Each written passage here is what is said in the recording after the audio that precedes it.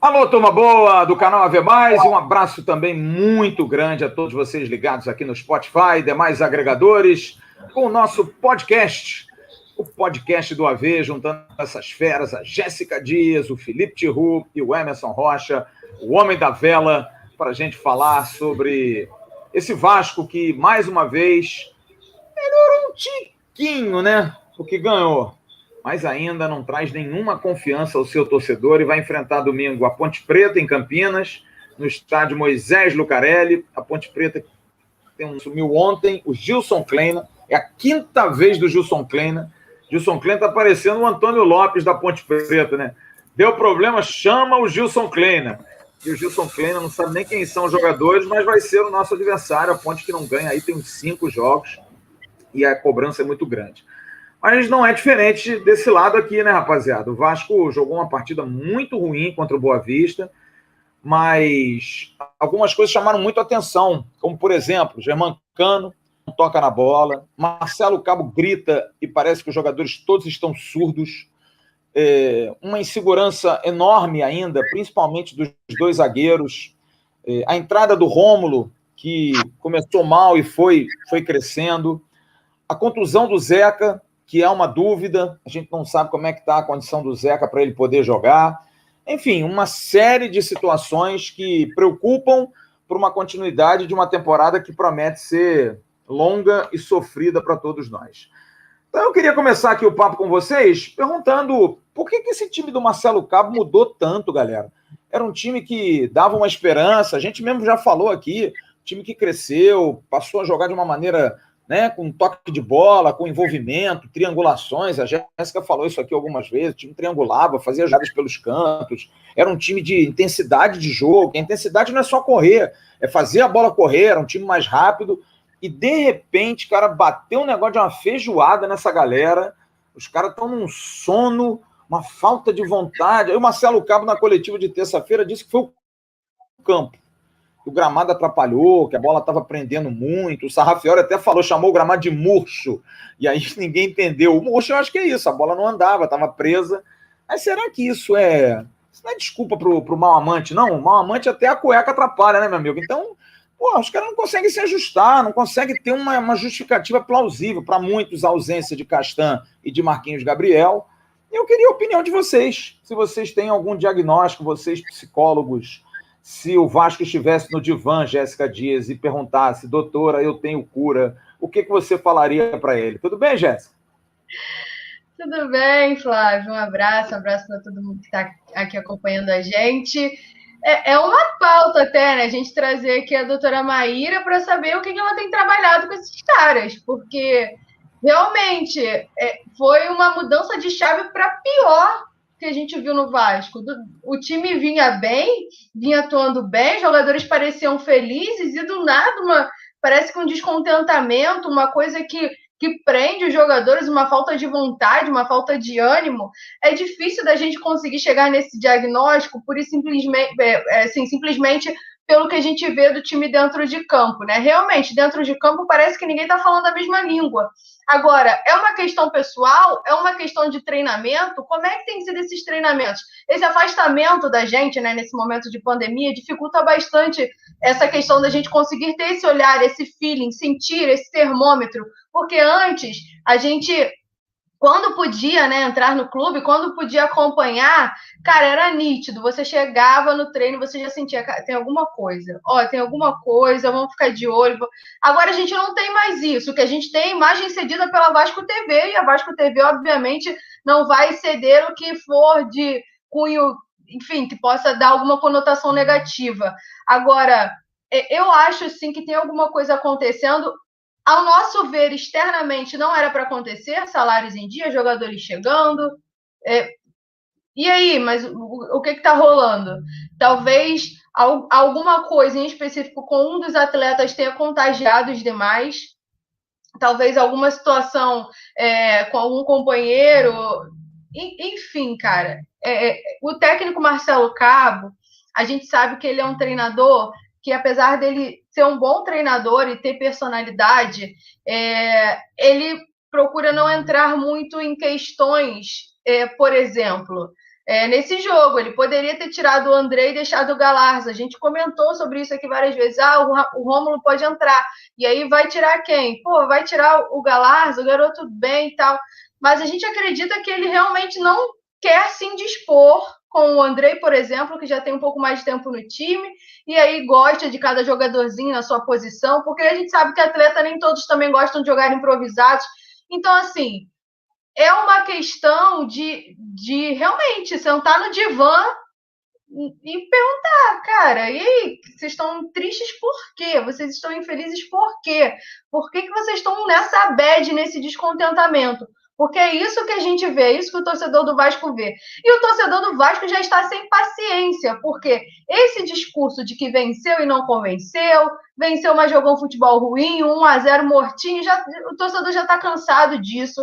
A gente que cobre o dia a dia já viu que essa história já se repetiu várias e várias vezes. E quem está lá no clube saberia que seria, pelo menos, não tão fácil. Porque o time caiu, está disputando uma Série B e está passando por um processo de reconstrução. Agora, na segunda rodada de um campeonato, numa terceira fase da Copa do Brasil, parece que jogou a toalha? Mas como assim? E a palavra, né? E honrar o que realmente veste. Então, eu, se fosse a psicóloga, sentaria realmente todo mundo lá, bonitinho, e falaria, vamos lá, abre seu coração para mim, me diz aí o que está te causando esse sentimento ruim. E se eu fosse dirigente, eu ia perguntar se eles estão de brincadeira com a minha cara mesmo, se eu fosse treinador também da mesma forma. E eu acho que treinador com esse perfil, com essa característica, tende a ter um resultado melhor diante dos atletas, né? Se o Marcelo Cabo ficar passando muito pano, meu amigo, vai perder a mão. É isso que eu acho. É uma boa discussão. Se até certo ponto o Marcelo Cabo não é o maior culpado pela maneira como ele cuida. Mas eu queria levantar uma outra dentro desse mesmo prisma, Felipe Thiroux. Eu quero colocar a questão tática do time.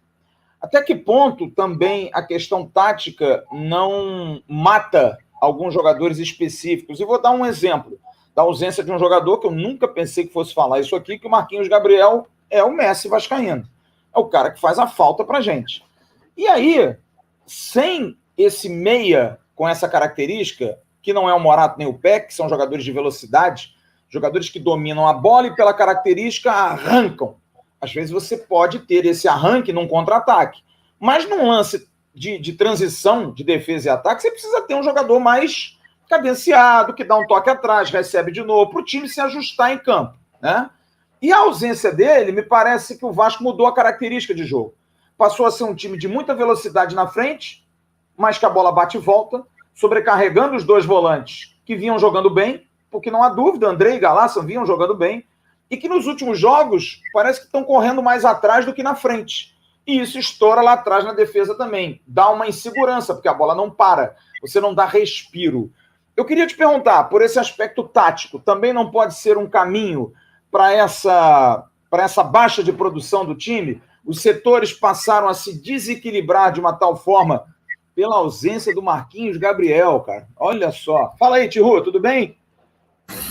Fala, Flávio. Fala aí, companheiros de bancada, pessoal que está assistindo a gente. Eu acho que essa é uma explicação maior, né? Eu acho que é mais uma questão mesmo motivacional e tática, porque eu vi depois da derrota aí na terça-feira, né? Derrota não, foi uma vitória, mas com gosto de derrota, né? A gente até fica com a sensação de que foi uma derrota. Muita gente criticando e falando assim, pô, não, tem que contratar. Se não contratar, não vai subir. Cara, não sei se o problema é realmente jogador, sabe? Porque a mesmo questionamento que eu fiz depois do Operário, do jogo contra o Operário, eu voltei a fazer contra o Boa Vista. Cara, nosso elenco é pior do que o Boa Vista, a gente não conseguiu se colocar com mais autoridade contra o Boa Vista, porque o nosso elenco é parecido com o deles? Eu acho que não. Eu acho que é uma questão de motivação, né? E aí a gente não sabe se é alguma coisa, que nem a Jéssica levantou, o pessoal não está lá dentro para saber, mas acho estranho, porque, salário em dia, o clima parece bom, o Cabo também tem essa postura mais... Talvez tenha até que a reviravolta passa por essa mudança do Cabo aí, aquela coisa de se não vai no amor, vai na dor, sabe? Talvez tenha que começar a cobrar mais agora, Porque eu acho que até agora ele foi bem assim, aquela política que a gente sabe de ter o elenco na mão. Então, sempre escala os mais veteranos, elogia, né? Tem essa questão também. Pô, o Cabo, cara, o time tá malzão, ele termina a coletiva, vai elogiar que o time jogou bem. Não sei até que parte para justamente não perder o elenco, né? Acho que isso tem que ser revisto.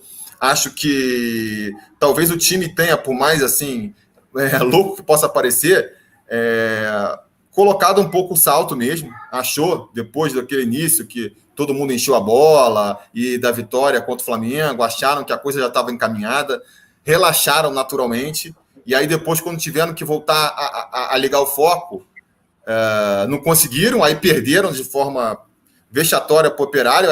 Aí na terça-feira já estavam falando lá na transmissão de falta confiança para o time. Pô, sabe, é engraçado assim, né? Pô, mas pode ser. Então tem essa questão psicológica que vai vir com as vitórias e tem a questão tática, onde eu acho que talvez tenha havido aí uma certa soberba também do Cabo, de achar que por o time estar funcionando mais ou menos bem contra os pequenos do Carioca, ia ser bom para a Série B.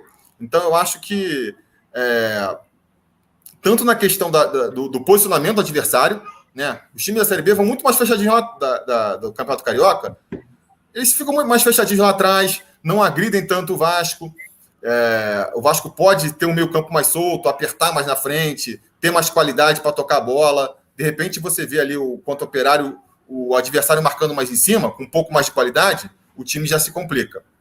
Mesma coisa serve para os volantes, né? E o meio campo em geral, que tinha muito mais liberdade para trabalhar antes, e aí se destacava. E de repente vê um adversário mordendo mais e se complica. Eu acho que o exemplo do André é claro disso. O André é um cara que, quando tem espaço para trabalhar, pegar a bola, ele tem a qualidade técnica ali para conseguir criar. Agora, ontem deu para ver de novo, né? O Boa Vista nem está na Série B, mas já deu para ver de novo que quando ele pegava e o cara pressionava ele, com ele de costas ainda para marcação, ele se enrola todo. Então, acho que a má fase passa muito por aí. O Vasco achou que estava preparado para a competição e não está. E agora está tendo que acordar para a realidade no meio do caminho, né? E passa por uma parte tática, um reajuste tático e um reajuste também motivacional, eu acho. O Emerson, tem muita gente e eu sou um dos defensores dessa tese, de que acho que quem está há muito tempo no Vasco carrega uma aura negativa, tá? Eu acho que tem um pouco disso. Eu não sou espírita, tá? Mas respeito muito todas as religiões, enfim. Mas eu acho que uma pessoa negativa, uma pessoa que você sabe que ela é carregada, não por ela ser é mau caráter, é safado, não é isso. Eu digo uma pessoa que tem, infelizmente, uma vida difícil, uma vida mais complicada, uma vida mais, né? Aquela pessoa que tá do teu lado, tá sempre chorando pitanga, tá sempre, sabe? Essa pessoa traz uma carga negativa para quem tá do lado. E eu acho que o Vasco tem alguns personagens dentro do elenco que são assim, porque viveram o pior do Vasco, não viveram o melhor do Vasco, né? Você tem, por exemplo, Marquinhos Gabriel, Zeca, que vieram de momentos difíceis e que viram no Vasco um novo horizonte, uma possibilidade de melhorar de vida. Acho que isso é legal, o cara traz uma energia renovada, positiva, né? Um Léo Jabá vem de uma lesão e vê no Vasco a possibilidade de voltar. Tem na família o pai dele, que é vascaíno. Enfim, tem algumas coisas assim que eu acho que pesam. E eu vejo no Vasco, jogando nesse time, o Ricardo Graça e o Andrei, que são dois jogadores que têm muita capacidade, jogadores de seleção de base, um inclusive da seleção olímpica, mas que me parecem muito carregados. Aquela coisa de o erro é sempre deles. E às vezes nem sempre é. Às vezes é de outro, né? Por exemplo, na terça-feira, o primeiro lance de erro do Rômulo, eu botei na conta do Graça, que para mim o Rômulo não errou. Foi o Graça que deu o passe errado para ele. O Rômulo teve que se posicionar todo torto. Muita gente diz, não, é o Rômulo, mas para outros o Graça deu o passe errado. Você acha que essa galera era melhor ser preservada? Está na hora de repente, dar um time, o Castan voltando, o Graça vai para o banco, de repente o Michel tendo condição domingo, bota o Andrei para o segundo tempo, ou isso é besteira? É uma teoria meio doida da minha cabeça. O que você acha? Não é não, Flávio. Boa tarde para você, boa tarde para Jéssica, Tihu e a galera aqui nos vendo e também nos ouvindo no Spotify. Eu vou te falar com toda a sinceridade do mundo. Eu acho que, por exemplo, esses dois jogadores, se você parar para analisar tecnicamente, eu acho, por exemplo, que o Ricardo Graça tô falando tecnicamente, é um baita de um zagueiro. Só que a questão da confiança, como o Tihu já até falou sobre isso aqui, tá deixando afetar ele. E o Andrei nem se fala. O Andrei, para mim, é um dos maiores talentos que o Vasco já revelou nos últimos, 5 anos, mas o Andrei não consegue desabrochar por conta disso. E eu acho que a gente vê muito no clube também essa questão de passar a mão na cabeça, porque ele fez um jogo ruim, já é uma tragédia. Não é isso. Se você parar para analisar, o Andrei está no Vasco desde 2018, vamos dizer, efetivamente. Ele estreou em 2016, mas em 2018 que ele começa a ser efetivo. E de lá para cá, muito pouco ele rendeu. E quando ele começa a render, pode prestar atenção, é sempre no campeonato estadual. Tudo bem que o primeiro ano ali, 2018, ele ajudou muito o Vasco, naquele time do Max Lopes, a também fugir do rebaixamento naquele ano. Mas tá vendo, é sempre essa missão, fugir de rebaixamento,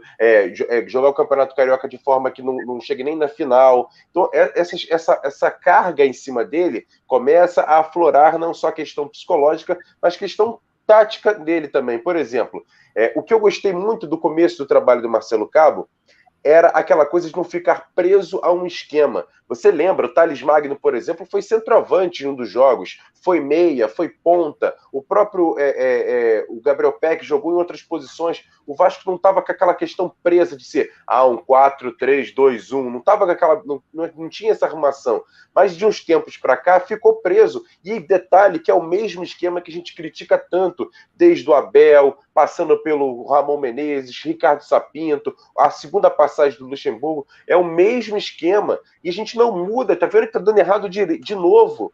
Então isso me chama a atenção.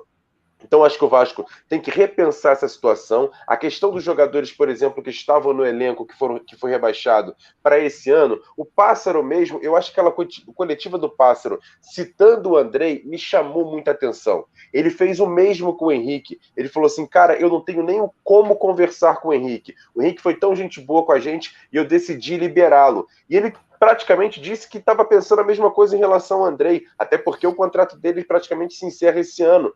Então, ele não sabe nem qual é a possibilidade dele renovar com o Andrei. E será que isso também não mexe com o psicológico dele? Para também chegar em campo e jogar mal? Eu não sei. Então, assim, como disse a Jéssica, a gente também não é profissional nessa questão de botar a pessoa no divã.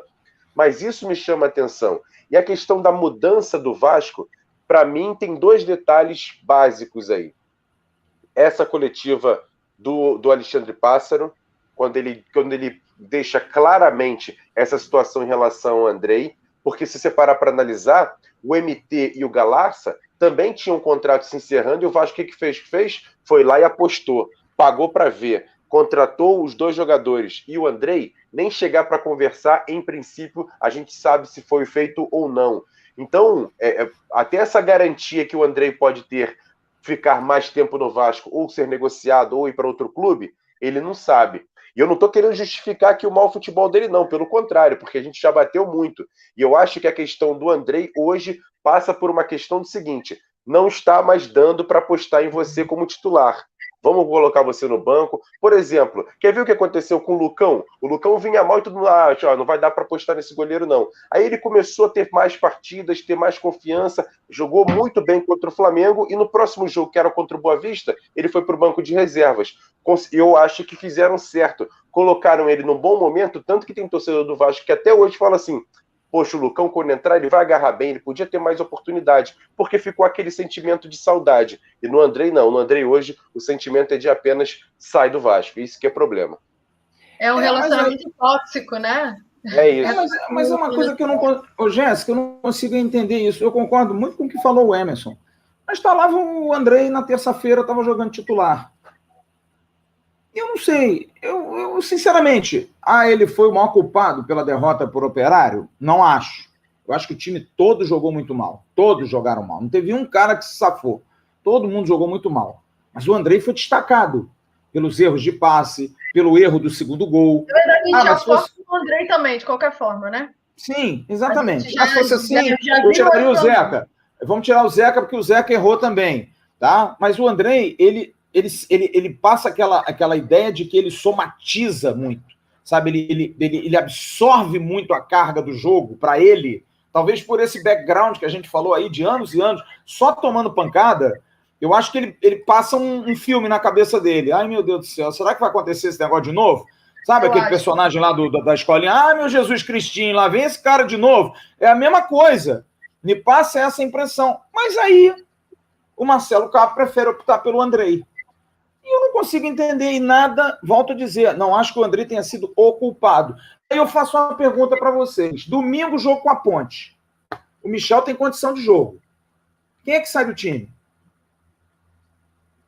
Fala aí. Quem vocês acham que vai sair do time? O Rômulo? Tem que ver para Andrei.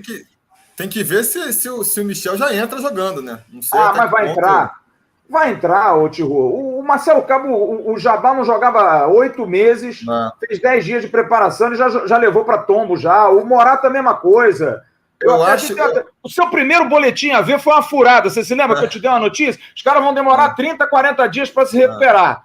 10 dias já estava todo mundo em campo. Não, eu acho também que um desespero, amigo. Na situação que tem situação que você controla, tem situação que você, cara, bota o cara logo, né? Mas o Michel que parece ter esse perfil de cara, principalmente de crise, né? Para quem você vai apostar, um jogador mais experiente ou garoto, né?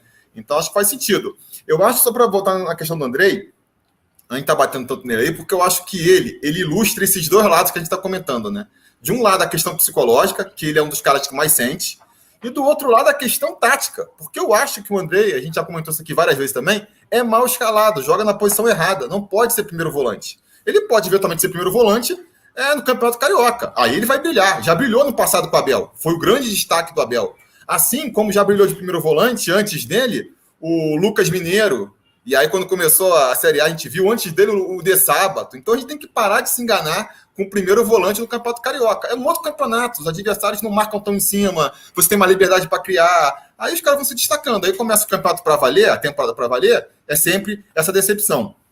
Então eu acho que o Andrei, ele pode ser preservado por essa questão psicológica e pode ser guardado por momentos específicos. Pode ser que tenha jogos em que o adversário, por exemplo, pode ser que ontem não, terça-feira,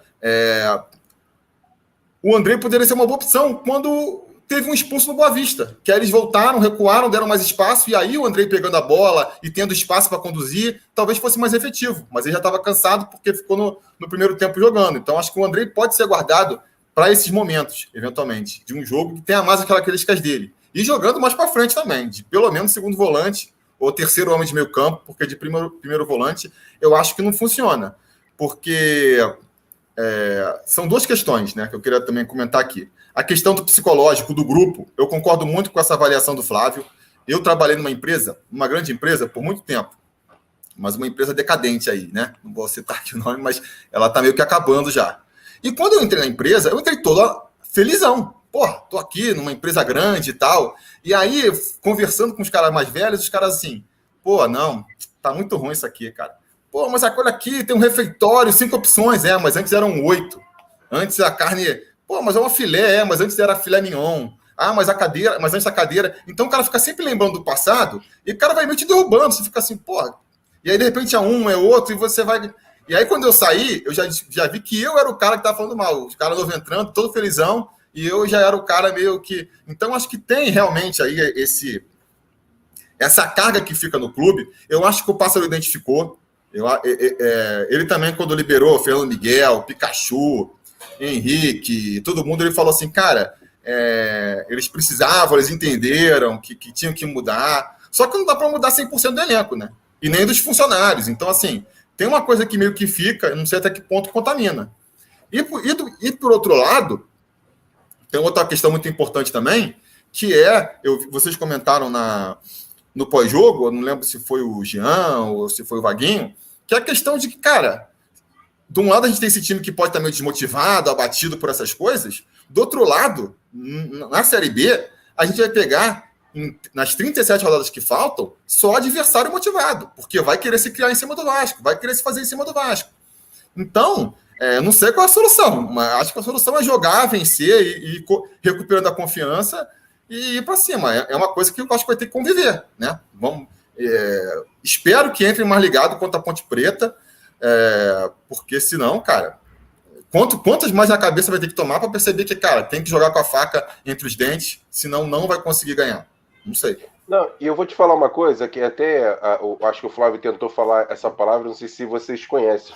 É o murmúrio, né? O pessoal ficava murmurando muito. Se você pegar uma pessoa só num grupo de 30, ficar murmurando, ó a vida, ó o azar, cara, isso vai contamina mesmo, não tem jeito. Foi o que o Thiago acabou de falar. E outra coisa que a gente tem que conversar é o seguinte: a questão do Vasco pode ser, que eu vou, e assim, eu vou tentar, mais uma vez, como a gente diz o Vaguinho, olhar o copo pelo lado meio cheio. Pode ser que essa vitória de terça-feira tenha feito o seguinte: a gente precisava ganhar, não importa como foi. A gente, porque se arriscasse fazer 2-0, podia tomar ali 1-1, como, por exemplo, no último lance ali, o Gustavo de Ladeira cabeceou e o goleiro Vanderlei fez a defesa. Então, acho que, por exemplo, assim, essa questão de você começar a enfileirar umas vitórias, por mais que sejam ruins, no futebol fraco, mas ganhando de 1-0, 2-1, aquele placar apertadinho ali, pode ser que você faça 2, 3, 4 vitórias ali, opa, calma aí, agora vamos olhar para frente, vamos olhar com a pontuação. Mas não pode enganar também, não? Claro pode enganar que pode. Também? Jogar 4 partidas, ganhar todas de 1-0, jogando mal para burro. Aí, pô, nós estamos bem. E não estamos? Não, mas aí é a situação, você fazer a análise correta. O que eu acho que o propósito do Marcelo Cabo para a partida de terça-feira foi vencer, independente de como ia ser feito. É lógico que ele transpareceu até na coletiva de imprensa e ele falou isso. Ele não pode falar. Mas na coletiva ele até falou que ele ficou nervoso com o time, que no final do jogo não faltou inteligência, ele utilizou até essa palavra, faltou inteligência para o time ficar carregando muita bola e não poder ficar trabalhando ali para buscar o segundo gol. Então ele transpareceu esse nervosismo, essa irritação com a equipe, e pode ser que ele faça assim: pelo menos a gente venceu. E com a vitória a gente pode ir para jogo contra a Ponte Preta com mais tranquilidade. Imagina se o Vasco tivesse empatado ou perdido para a equipe do Boa Vista. Seria muito pior. Venceu, agora vamos enfrentar a equipe do Ponte Preta. Precisa também vencer para poder, em 2 partidas, ganhar 3 pontos, dar uma sobrevida e aí sim começar a analisar uma situação mais complicada. Porque o que eu falei, utilizar o Campeonato Carioca como teste, a gente foi reprovado.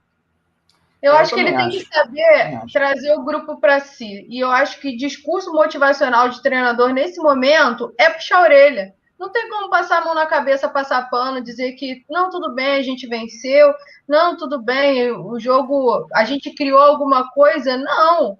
Ele pode falar isso na coletiva de imprensa, querer enganar a gente, mas chegar lá dentro, ele tem que dar aquele discurso. Cara, o Luxemburgo, amado pelo elenco inteiro, ele chegava, descascava, depois ia lá fazer um churrasco pra galera, trazer o grupo de volta, não. Eu já vi o Luxemburgo no treino puxar jogador pelo colarinho, porque estava distratando o jogador da base, ele fala: vem aqui, ensina ele, você não tem que brigar com ele não, quem tá aqui para brigar sou eu, você tá aqui para ajudar ele, vai lá e ajuda ele. E o jogador não gostar na hora e depois ele chamar no canto, dar um abraço, falar: pô, cara, eu faço isso pro teu bem e tal. Então, assim, é um monte de homem, né, gente? Vou aqui também usar minha palavra feminina, né? É um monte de homem junto, um monte de candango que acha que sabe de tudo da vida, que ao mesmo tempo também passa por altos e baixos. Eu já falei isso aqui também. E esse lance de conversar com a doutora Maíra, que é psicóloga lá do Vasco e tal. Cara, atleta é ser humano também. Às vezes eles estão com problemas que eles precisam de conversa. Precisa do trabalho de head coach lá, do treinador sentado do lado e conversar, e olhar no olho e falar: cara, e aí, tu quer me ferrar ou tá acontecendo alguma coisa contigo? Porque é uma relação muito próxima, né? Que eles convivem ali. Eles convivem numa relação muito próxima, eles viajam muito, eles passam dias e dias juntos. Então, não é possível que ninguém saiba o que tá rolando com o outro. Não é possível que um treinador não saiba que o Andrei sente a pressão e acaba cedendo ataques para o adversário, acaba realmente internalizando as coisas negativas, não só no momento, mas o que ele já viveu no clube.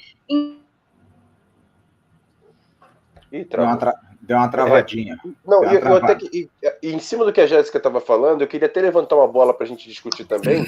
Por exemplo... Voltou.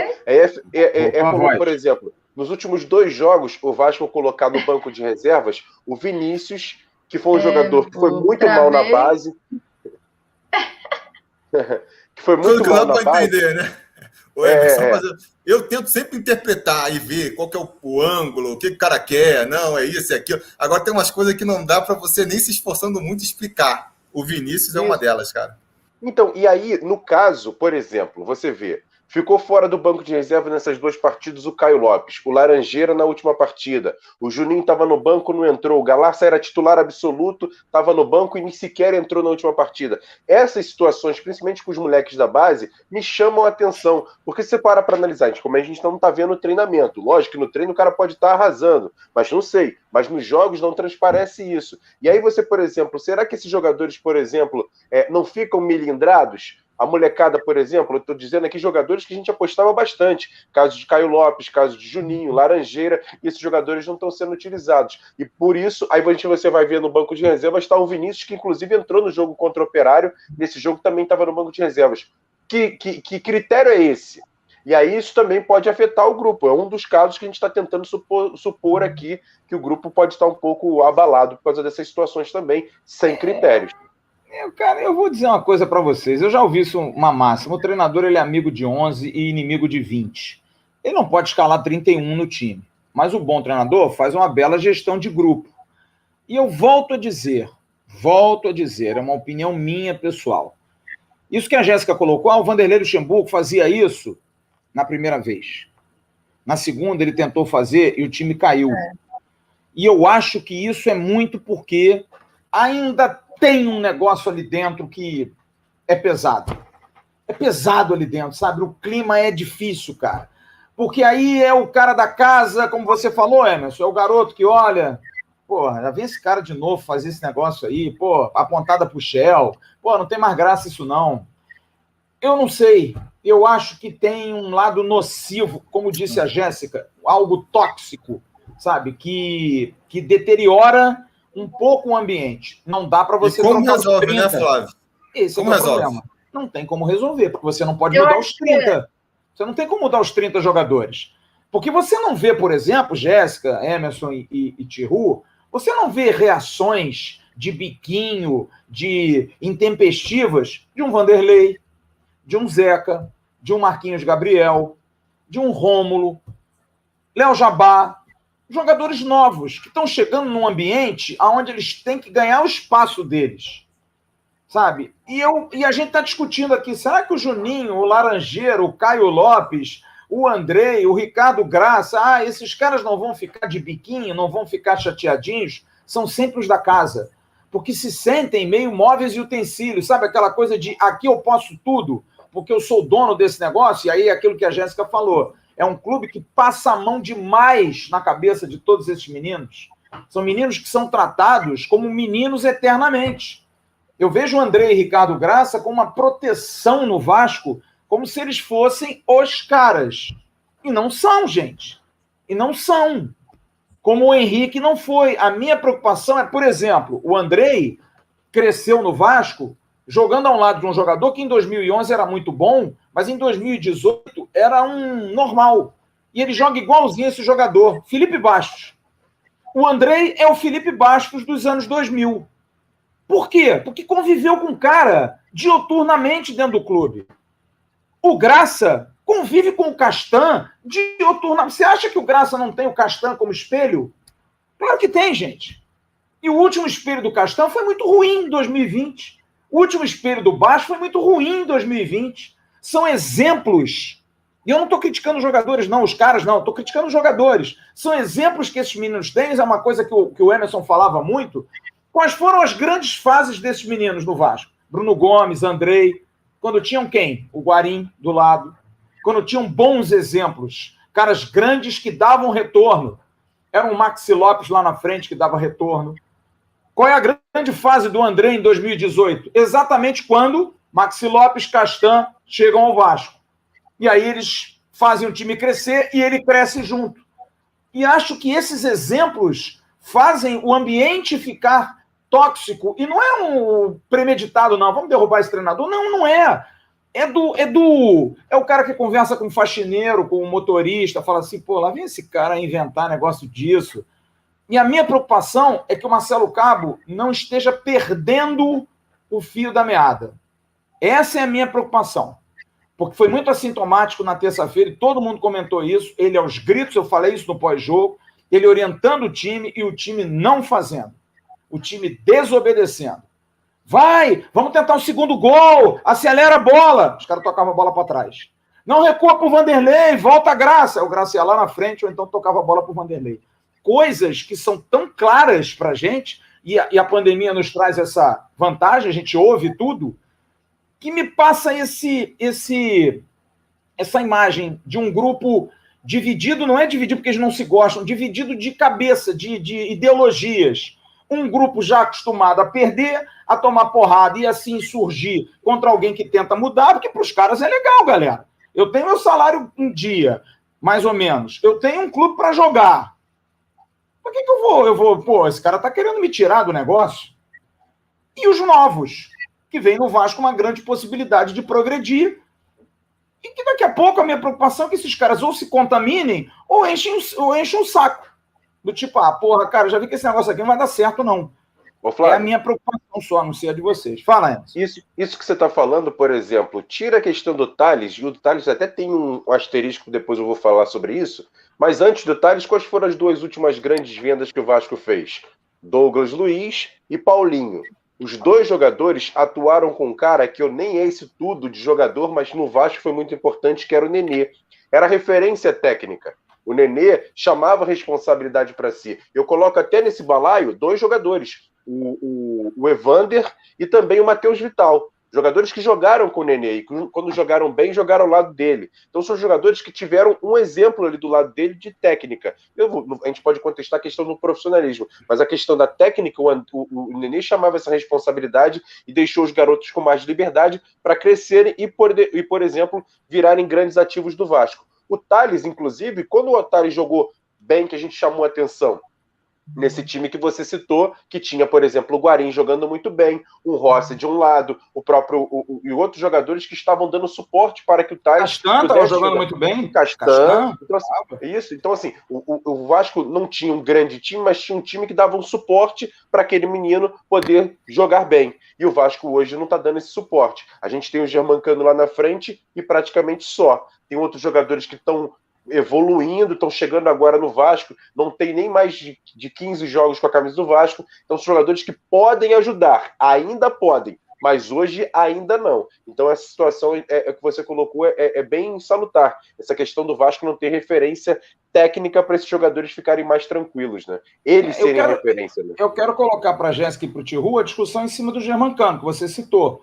Porque é um jogador que eu acho que também está se fazendo uma tempestade, tudo bem, é ruim, porque nos últimos jogos ele não participou efetivamente, mas até o jogo do Resende ele estava batendo recorde no Vasco. Alguma coisa mudou nesse mês de maio, quando maio chegou, o Vasco mudou, alguma coisa aconteceu para ele perder o prumo, a bola não chegar nele. E ele é uma liderança técnica, porém acho que é um erro ele ser o capitão do time. O Cano não exerce no grupo uma liderança, não exerce no grupo uma referência.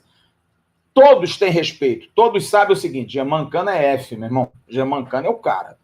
Agora, ninguém diz assim, Cano, reclama lá com o juiz, porra, Cano, como é que... Ninguém. Eu acho que até pela barreira da língua. Vocês não acham que o Germancano, ele precisa ser usado de uma forma diferente dentro do Vasco?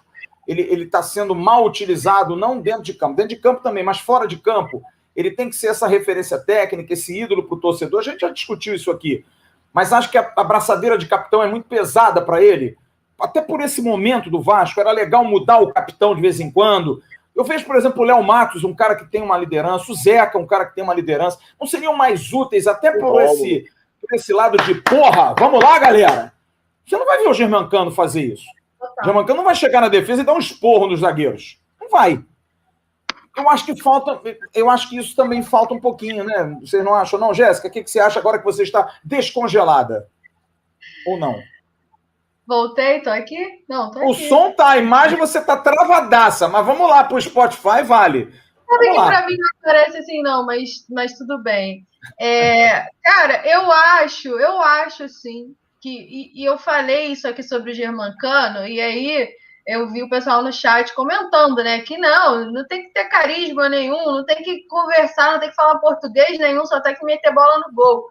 Mas, cara, o papel do homem referência do time é isso também, é chamar o time para si, é dar bronca quando precisa, é ir lá reclamar com o juiz, é ser a representatividade realmente da equipe dentro da partida e fora das 4 linhas. Então, assim, um capitão muito apático parece que é quase aquilo, né? As pessoas são retrato do líder ali, do que está com a braçadeira de capitão e do que está chamando a responsabilidade para si. Então, eu acho, sim, que deveria rodar essa braçadeira de capitão, era do Leandro Castan, que está machucado e tal. O Castan voltando, para mim, tem que voltar para o Castan minimamente, ou então, sim, dá para o Zeca, dá para o Léo Matos, dá para o próprio Rômulo, né? Dá para o Morato, talvez, se o Morato jogar lá na posição dele, que ele acaba desempenhando um bom futebol, ele faz bastante, roda bastante o campo, então dá para aquecer, né? Eu acho que falta isso, é aquecer esse elenco, é chamar os caras para si e falar, cara, vamos lá, vamos que dá, confia, vamos embora. Então, eu acho que a figura do Germancano é incontestável, a importância dele nesse time, nesse elenco.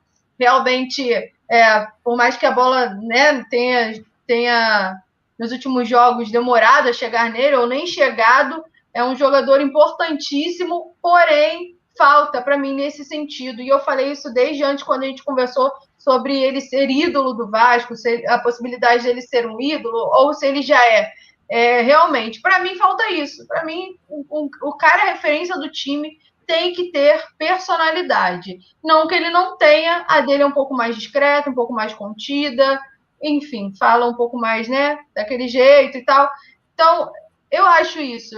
O Maxi Lopes, o Guarim, cara, eram gringos também, eram jogadores super importantes, e eles tinham essa característica.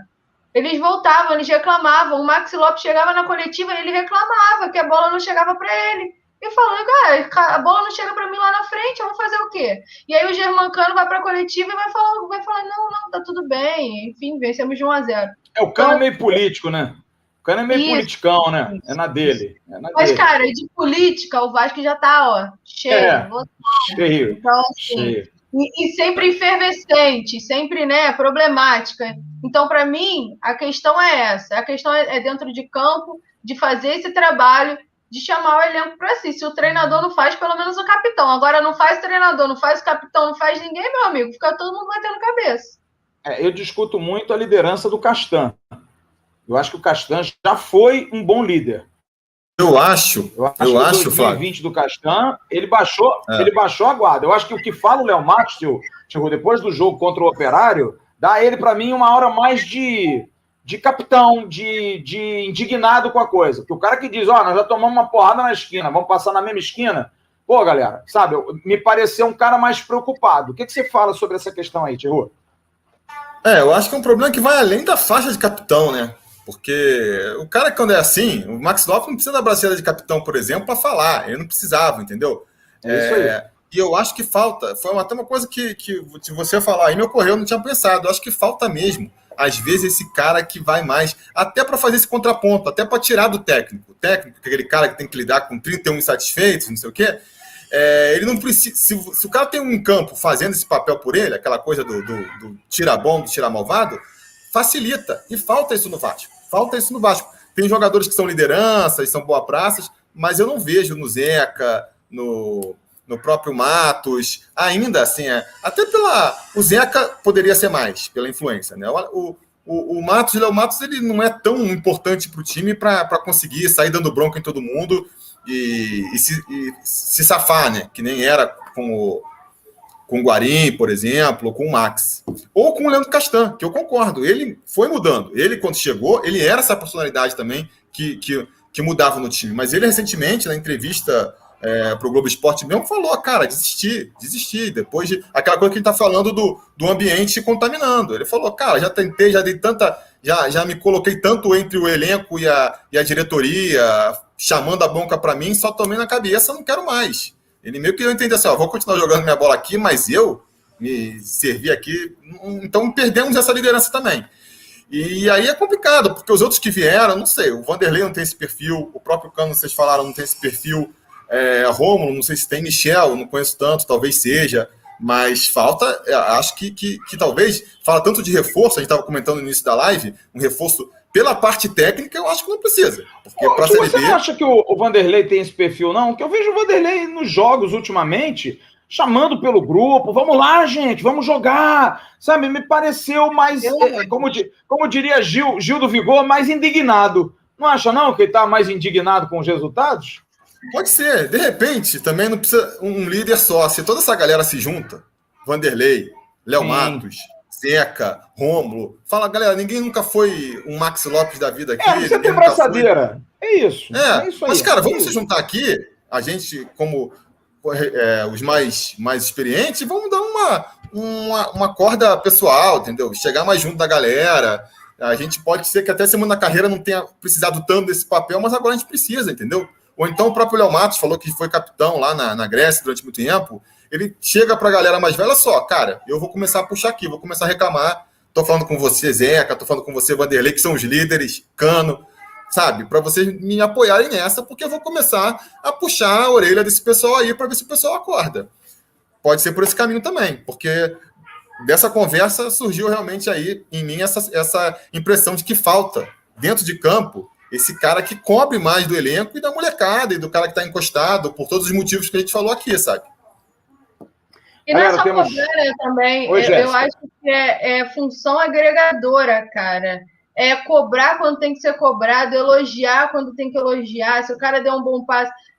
Conversar, parece que os jogadores não conversam dentro de campo, cara. Assim, a gente fica ali com essa impressão, porque agora a gente consegue ouvir, né? Então, o que a gente ouve muito é o treinador e a gente não ouve os jogadores em nenhum momento pedindo a bola, falando um com o outro, enfim, conversando.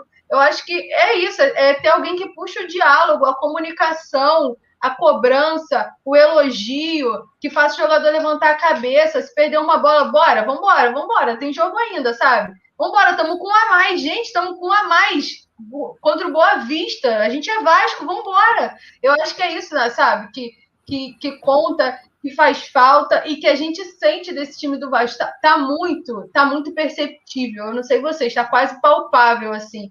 Né? Que é uma coisa que não depende, Jéssica, do treinador. É isso, o treinador, ele se esgoela, porque no jogo de terça, o Marcelo Cabo, para mim, tá isento. Ele se esgoelhou o tempo todo. E os caras, sabe? Agora, eu espero que ele tenha dado... Porque ele estava até estranho na coletiva, porque várias vezes eu vi a coletiva toda... Ele no meio, ele parava de responder, ele olhava assim pro lado e falava assim, porra, sabe, tinha alguém falando, ele estava meio inquieto ali, ele não estava feliz, ele não estava legal. O pessoal já começou na canela dele, né? Aí ele deu uma desconcertada.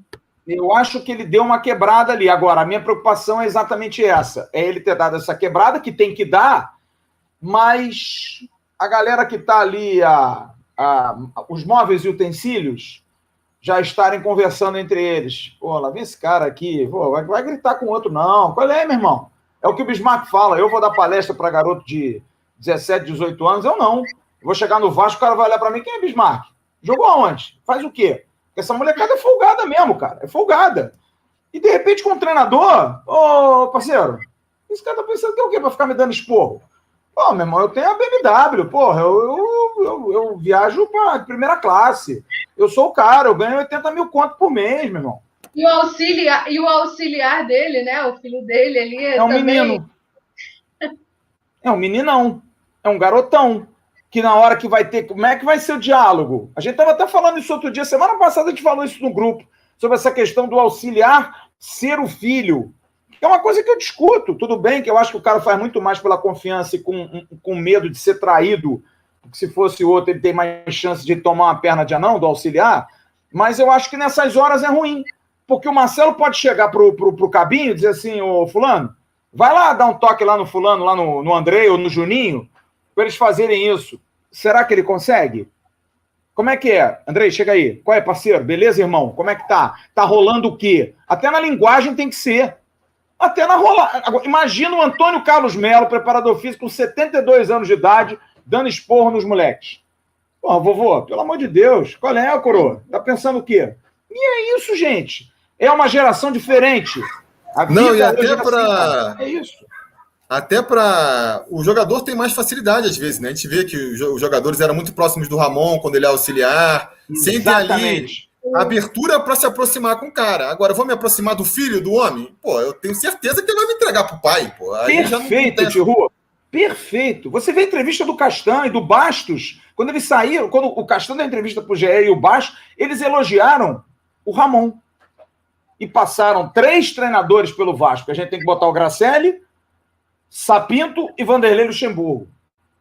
Eles elogiaram o Ramon, que é o ex-boleiro, é o cara que era o auxiliar, é o cara que, né, conversava ali nos bastidores. Vamos lá, cara, pô, dá uma ajuda aí. Daqui a pouco eu posso estar ali também. Tá entendendo? Então tem muito disso. Eu acho que o Vasco tem que mudar isso, galera. O Vasco tem que ser novo em tudo. Em tudo. Absolutamente em tudo. Eu acho que esses ranços que ainda tem dentro do futebol do Vasco pesam nessa hora. Nessa hora pesam demais. Emerson Rocha, que já deve ter dado uns 20 espirros, estou sentindo realmente que Emerson Rocha está... Eu quero até pedir desculpa à galera que está assistindo a gente 9+, porque eu acabei limpando aqui o quarto dos meninos, e aí o produto aqui está caminhando na alergia, mas está tranquilo, tamo junto. Ah, problema não. Você está com a carinha bonitinha, você está parecendo um fofão. Para quê? Carinha de fofão. 51 minutos de live. Eu queria só rapidinho, gente, palpite para o jogo de domingo. Já dá para dar um palpitezinho? Vocês acham que o Vasco... Não precisa nem dar placar do tipo, acho que dá para ganhar. Não, vai ser jogo duro. Coisa rápida. Jéssica, você está congelada, mas você ainda está aí em voz? Gente, eu não consigo me ver congelado. Isso me dá uma agonia, porque para mim eu estou me enchendo aqui. Mas em voz eu estou aqui, estou vendo vocês perfeitamente, enfim. Eu acho que o Vasco... Pior para você, né? Pior para você ver nós três, porque a gente não vê você, mas tudo bem, não tem problema nenhum, não. Poxa. Não, que isso. Só tô com pena do Emerson Rocha, gente, essa alergia que atacou, mas tá tudo bem, né? É alergia, não é Covid não, né? Não, é alergia. Ah, tá. Então, já tomei vacina, Ah, que bom. Eu acho que o Vasco dá para vencer. Você até levantou um ponto aí que a gente conversou antes do podcast começar, da live começar, que é da equipe da Ponte Preta ter trocado de treinador ontem, né? Então, assim, é uma questão que eu acho que conta muito, né? E o Vasco, cara, eu acredito que alguém vai dar aquele saculejão lá dentro e o pessoal vai se ligar um pouco mais, porque não é possível que não esteja incomodando. Então, eu acho que o Vasco tem tudo para vencer, sim, né, essa partida aí, jogo fora de casa, a gente sabe, mas, de qualquer forma, eu acredito na qualidade técnica do Vasco, apesar de estar desconfiando da tática. Olha aqui, temos 2 minutos e meio para encerrar. Felipe Tiru, a sua impressão rápida sobre o jogo de domingo. Vamos ganhar ou não? Então, acho que a gente pode ganhar, até pela falta de qualidade do adversário, nessas horas isso pesa também, né? Mas eu acho que a gente vai ver um jogo feio ainda. Difícil de imaginar o Vasco mudando da água para o vinho, né? Então é mais contar ali na falta de qualidade do adversário para sair com uma vitória. E aí, naquilo que o Emerson falou, né? Às vezes uma vitória ajudar ali na segurança e tudo mais. A torcida vai ser para vencer. E você, alérgico, Emerson Rocha? Jogo feio, jogo truncado e goleada de 1-0. Saio satisfeito. Também acho. Eu acho que se o Marquinhos Gabriel voltar ao time no domingo, eu acho que o Vasco vai mudar o seu jeito de jogar. É a esperança que eu tenho. Por incrível que pareça, volto a dizer, não imaginei que fosse falar isso um dia. Marquinhos Gabriel é o craque do Vasco. O craque do Vasco, como falava o Gerson Canhotinho, o craque do Vasco. Só tem que ter o seguinte, tem que ter um pouco também de paciência para ele não jogar. E tem que ter um pouco de paciência ele não jogar bem no próximo domingo. Joga um mês, né? Identidade, isso aí. Tem um mês que ele não joga. Mas eu acho que só o fato de chegar alguém que pense, eu acho que o time do Vasco corre muito, corre demais e pensa pouco. Precisa pensar mais o jogo. A gente pensa muito pouco o jogo. A gente rifa a bola demais. 2, 3 toques, já perdeu a bola. Aí não tem muito jeito. Galera ligada aqui no canal Ave Mais, é só deixar aqui embaixo, tá? A sua opinião, o que você achou? Pode falar mal de mim, pode falar mal do Emerson. E aí, a Jéssica falou o quê? Tiru tá descabelado, não tá? Fala alguma coisa aí, não tem problema nenhum, não, pode falar. E você ligado aqui no Spotify, você que está nos ouvindo, vascaínos, atenção, sem cedilha e sem tio, @gmail.com. Manda pra gente lá uma sugestão, vamos bater papo, por que vocês não falam sobre isso, aquilo outro, e a gente vai levar esse papo com a maior alegria para vocês. Jéssica, um beijo. Tihu, um cascudo. Emerson Rocha, 2 cascudos. Grande abraço para todos vocês. Muito obrigado pela audiência. E semana que vem tem mais podcast. E domingo tem Vasco. Eu não sei se é uma boa notícia ou não, mas tá? Grande abraço para vocês. Tchau, turma.